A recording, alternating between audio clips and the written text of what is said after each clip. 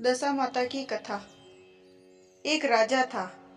उसकी दो रानियां थी। बड़ी रानी के संतान नहीं थी। छोटी रानी के पुत्र था। राजा छोटी रानी और राजकुमार को बहुत प्यार करता था। बड़ी रानी छोटी रानी से ईर्ष्या करने लगी।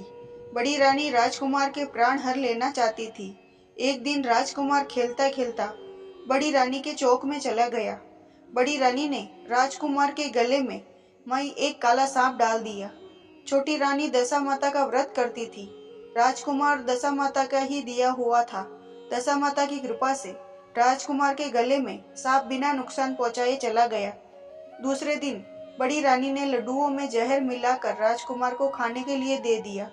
राजकुमार जैसे ही लड्डू खाने लगा तो दशा माता एक दासी का रूप धारण कर आई और राजकुमार के हाथ से लड्डू छीन लिए। बड़ी रानी यह वार भी खाली गया। रानी को बड़ी चिंता हुई कि किसी भी तरह से राजकुमार को मारना है। तीसरे दिन जब राजकुमार फिर बड़ी रानी के आंगन में खेलने गया तो रानी ने उसे पकड़कर गहरे कुएं में धकेल दिया। कुआं बड़ी रानी के आंगन में बना था, इसीलिए किसी को भी पता नहीं चला कि राजकुमार कहाँ गया। लेकिन जैसे ही बड़ी रानी ने राजकुमार को कुएं में धकेला तो दशा माता ने उसे बीच में ही रोक लिया। इधर दोपहर हो जाने पर राजकुमार न लौटने पर राजा व छोटी रानी को चिंता सताने लगी। दशा माता को भी इस बात की चिंता हुई। राजकुमार को उसके माता पिता के पास किस प्रकार पहुंचाया जाए। राजकुमार को तलाश करने वाले कर्मचारी निराश होकर बैठ गए। राजा व छोटी रानी पुत्र के शोक में रोने लगे। तब दशा माता ने भिखारी का रूप धारण किया और राजकुमार को गले से लगाया राजद्वार पर पहुंची। वह राजकुमार को एक वस्त्र में छुपाए हुए भिक्षा मांगने लगी। सिपाहियों ने उसे दुष्कार कर कहा, तुझे भिक्षा के पड़ी है और यह राजकुमार खो गया है। सारे लोग दुख और चिंता से व्याकुल हो रहे। इस पर दशा माता बोली, भाइयों, पुण्य का प्रभाव बड़ा ही विचित्र होता है। यदि मुझे भिक्षा मिल जाए तो संभव है कि खोया हुआ राजकुमार तुम लोगों को मिल जाए। यह कहकर वह देहरी पर पैर रखने लगी।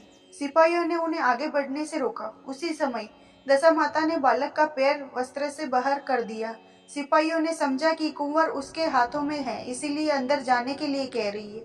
दशा माता कुंवर को लिए अंदर चली गई। उसने राजकुमार को चौक में छोड़ दिया और वापस चली आई। परंतु रानी ने दशा माता रूपी भिखारिन को देख लिया था। उसने कहा कि तुम खड़ी रहो।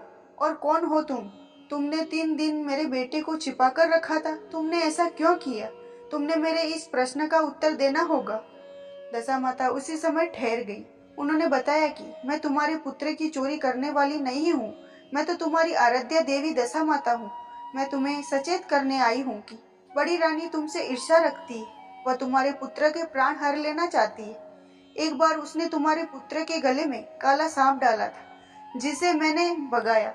दूसरे बार उसने विष के लड्डू खाने को दिए, जिन्हें मैंने हाथों से छीन लिए। और इस बार उसने राजकुमार को अपने आंगन के कुएं में धकेल दिया था। मैंने इस बीच में भी रोककर उसकी रक्षा करी। इस समय मैं भिखारिन के वेश में तुम्हें सचेत करने आई हूँ। यह सुनकर छोटी रानी दशा माता के पैरों में गिरकर क्षमा मांगने लगी। छोटी रानी विनती भाव से बोली, जैसी कृपा आपने मुझ पर दर्शन देकर की है, मैं चाहती हूँ कि आप सदैव इस महल में निवास करें। मुझसे जो सेवा पूजा होगी वो मैं करूंगी। इस पर दशा माता बोली कि मैं किसी के घर नहीं रहती हूँ। जो श्रद्धा पूर्वक मेरा ध्यान स्मरण करता है, मैं उसी के हृदय में निवास करती हूँ।